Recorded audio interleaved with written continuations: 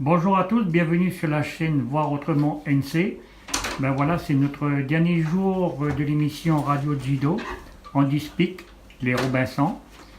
Et là, nous avons l'immense honneur de recevoir le président de Enable, qu'il va nous expliquer exactement ce qu'il met à la disposition des enfants. Merci. Et n'oubliez pas de liker les vidéos si ça vous plaît. N'oubliez pas de vous abonner si ce n'est pas déjà fait. Et puis postez-moi des commentaires, je répondrai avec grand cœur. Merci.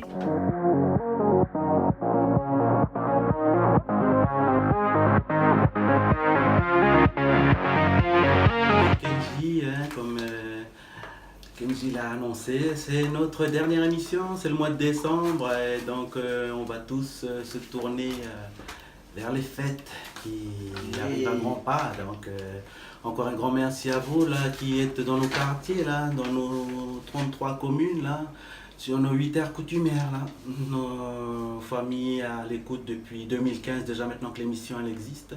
Encore un grand merci à Radio Jido pour le partenariat, pour ouvrir sa case là, pour la communauté de l'handicap, afin que avec l'association Les Robinson et l'émission Andy Speak, on puisse partager avec vous tout ce qui concerne le monde du handicap.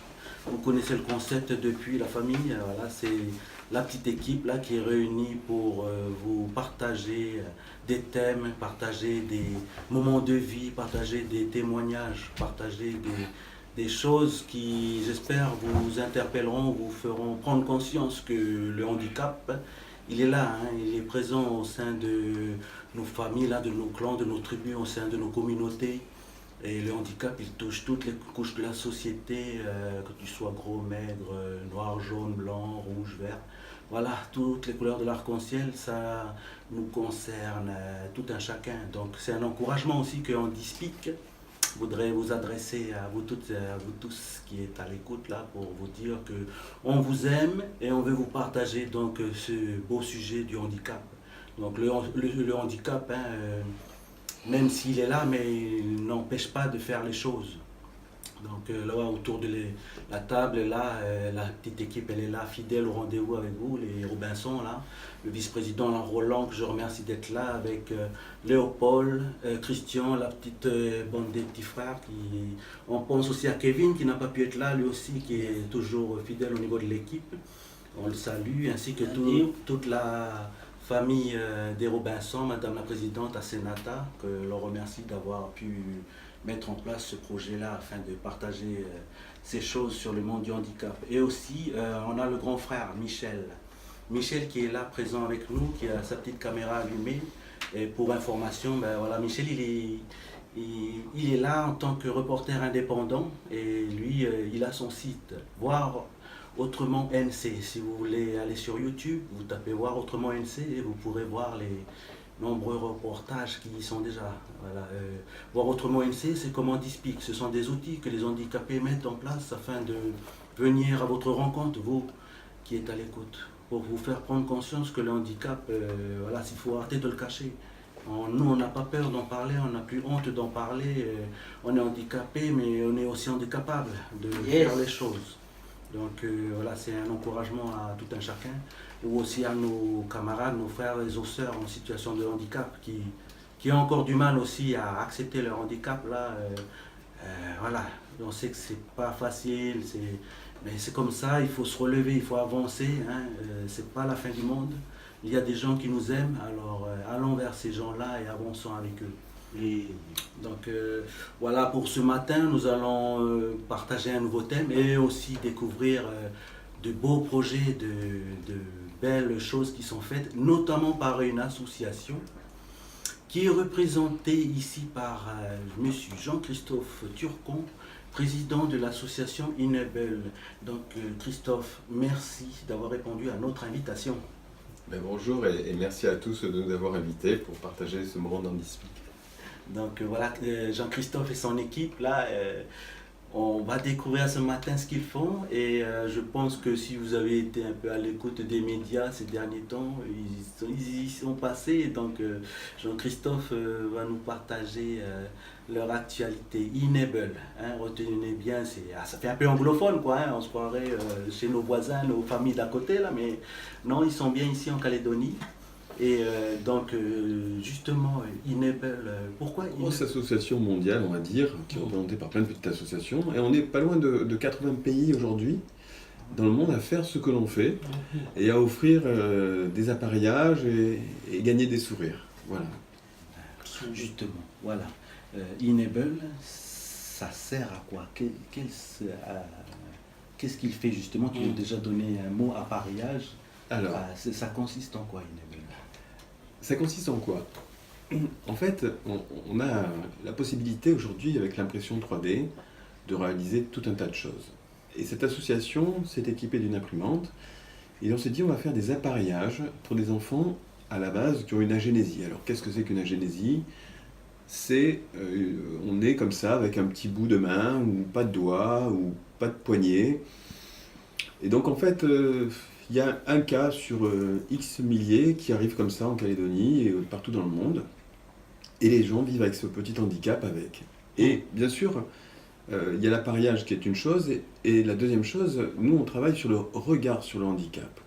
Et c'est tout l'intérêt de cette association, c'est qu'en fabriquant des appareillages pour des enfants notamment, on arrive à changer le regard sur le handicap parce que on adapte les appareillages aux enfants, on leur demande ce qu'ils veulent, et on en fait des super-héros. Et c'est de ça dont on est très fiers. C'est unique, et on arrive à créer des mains ou créer des bras, tout simplement, qu'on peut articuler grâce à la mobilité du poignet, s'il y en a un, ou la mobilité du coude. Et en fait, elle est tombée dans le domaine public. C'est-à-dire que tout le monde qui a une imprimante peut imprimer des mains. C'est pas gênant. Et donc, en fait, ça fait une sorte d'émulsion, et tout le monde s'est approprié le projet aux quatre coins du monde. Et donc, on échange régulièrement. Il y a une belle synergie autour de ce projet. Voilà. Et, je veux dire, donc c'est parti de l'Afrique du Sud, mais je veux dire, Non, des États-Unis. mais au niveau de la base, le quartier général, entre guillemets, il est où? Il est aux États-Unis. Vous êtes comme un comité quoi, hein, régional, vous, ici en Calédonie. Alors, qu'est-ce qu'on a fait? Tout le monde ne s'appelle pas Enable. Et effectivement, on a fait une démarche à travers Enable France.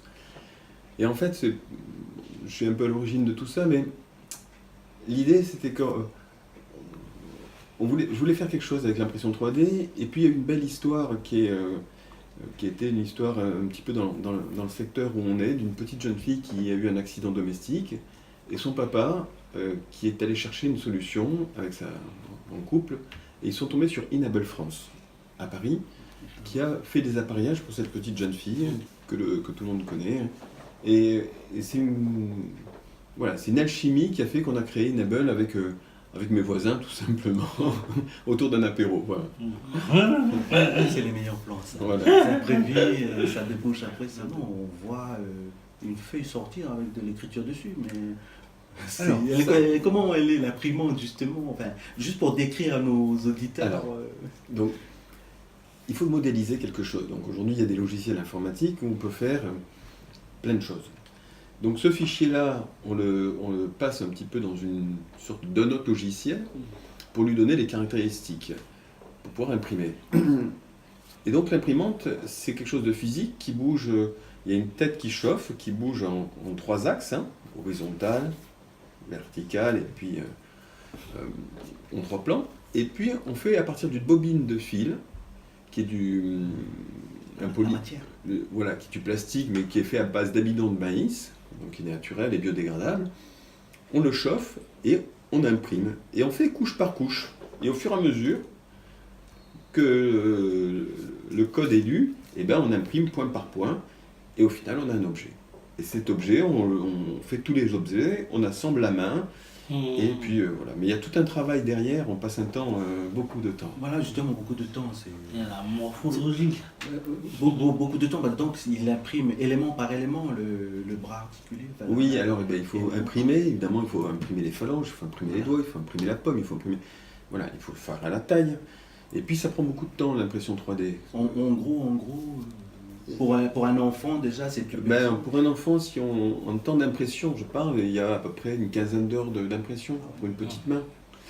Voilà. Alors pourquoi je dis appareillage, on ne dit pas prothèse, hein, parce qu'on n'est pas des professionnels et on fait ça tout à fait bénévolement. Dépasser la dizaine de projets. Évidemment, on a des projets qu'on a pu médiatiser et d'autres qu'on n'a pas médiatisés parce que les parents ne voulaient pas. Donc, quand je dis médiatiser, c'est passer dans un journal télévisé. On pense à Alessandro, là. Alors, Alessandro, c'est une famille formidable qui... Au collège d'Auteuil. Ouais, ça c'est quelque chose qu'on a fait récemment, il y avait une belle ambiance. Et donc en fait c'est un professeur du collège d'Auteuil qui m'a contacté en me disant bah, tiens, nous on aimerait bien faire ça en technologie. Et donc on a partagé nos fichiers, notre savoir, je suis allé sur place. Et globalement, les élèves de 3e du collège d'Auteuil ont imprimé, parce qu'ils ont une machine d'impression 3D. Et puis on a fait une sorte de deal quelque part. Et voilà, on a réalisé la main d'Alessandro qui voulait en fait une main avec des éclairs, enfin exactement comme son personnage de dessin animé.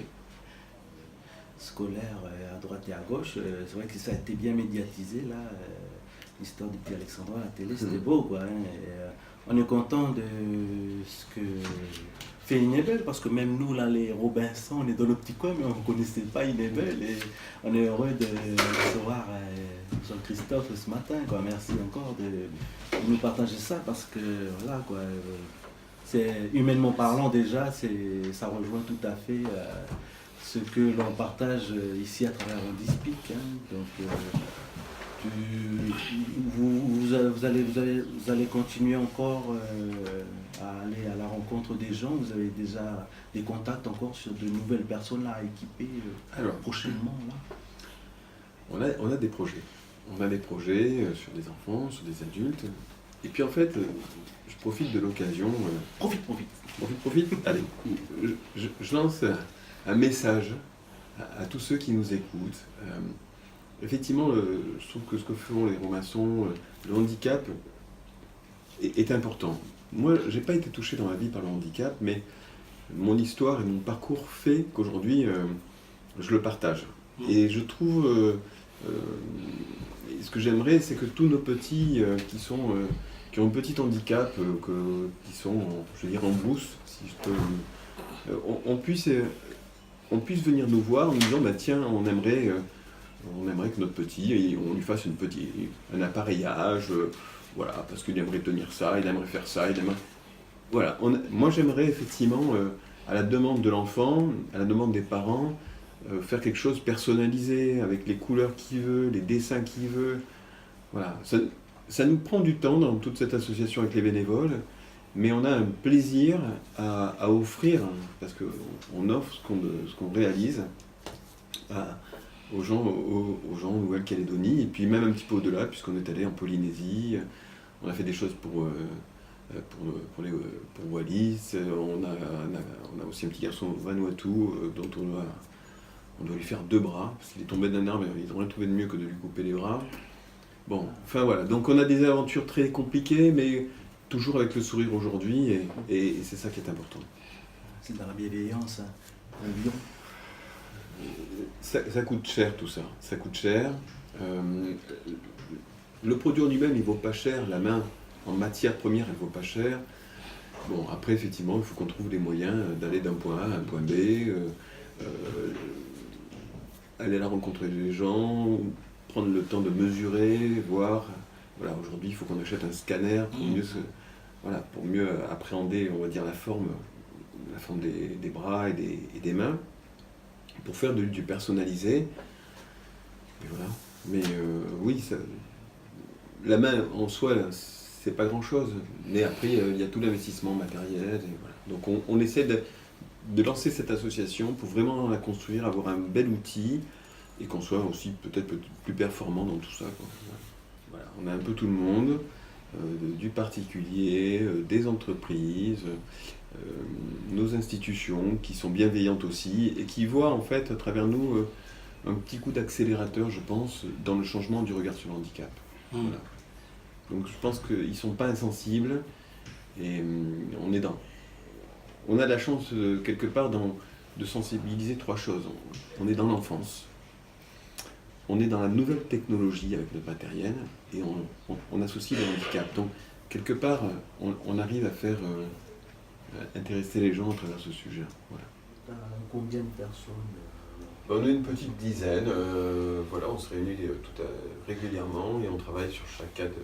Vous êtes surtout basé ici sur le Grand Nouméa, hein. Vous n'avez pas d'antenne aux îles ou au nord? On n'a pas encore d'antenne, mais voilà, il faut de l'appareillage, il faut qu'on arrive à se...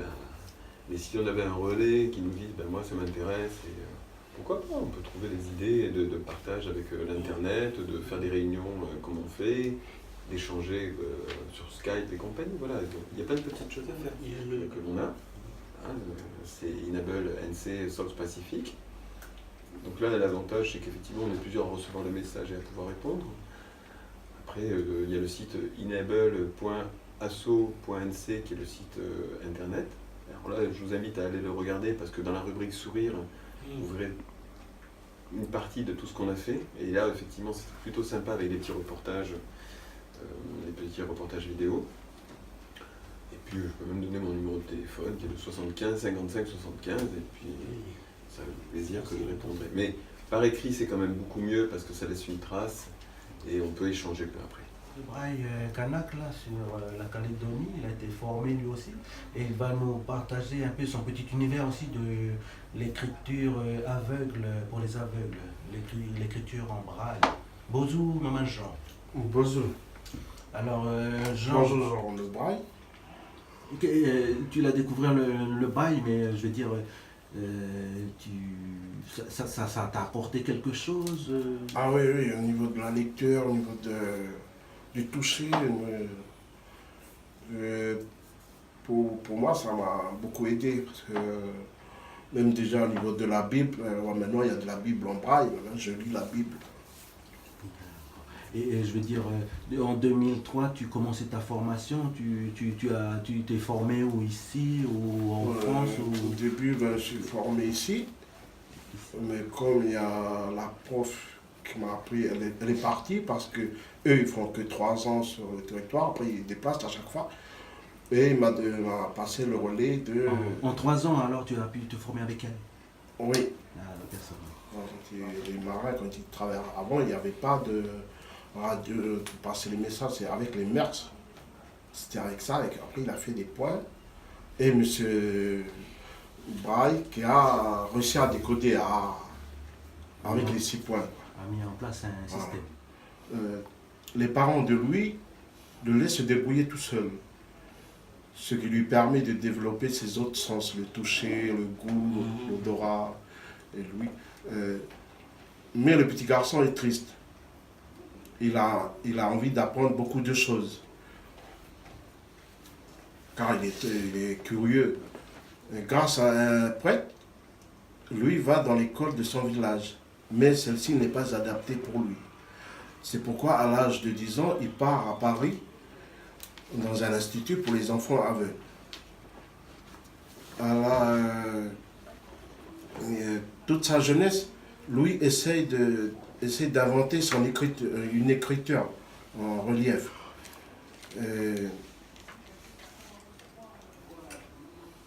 Pour que toutes les personnes aveugles puissent lire. Aux personnes voyantes, s'ils veulent apprendre de Braille, ils peuvent me contacter, je peux me déplacer vers eux, ou sinon on organise un lieu pour donner des cours. Et même s'ils ont des livres à nous prêter, ils peuvent dicter dans les dictaphones, et ils peuvent me donner, je peux taper en Braille après.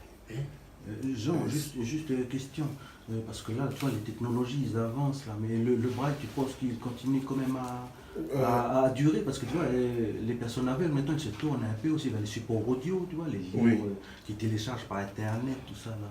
Ça va, il y a quand même encore beaucoup de livres qui sont traduits en Braille. Oui, même déjà, nous, en lisant le Braille, ça nous aide aussi à travailler la mémoire. Ah oui. Donc, c'est pas pareil avec l'audio. Parce que l'audio, tu travailles avec les oreilles, mais à un moment donné, tu dors. C'est vrai. Les auxiliaires de vie qui accompagnent les personnes âgées, ils disent coucou, bon courage. Pour le poème, c'est le braille mon gouvernail. Dans cette chambre noire, le cœur au désespoir, quel crime ai-je commis pour être ainsi puni?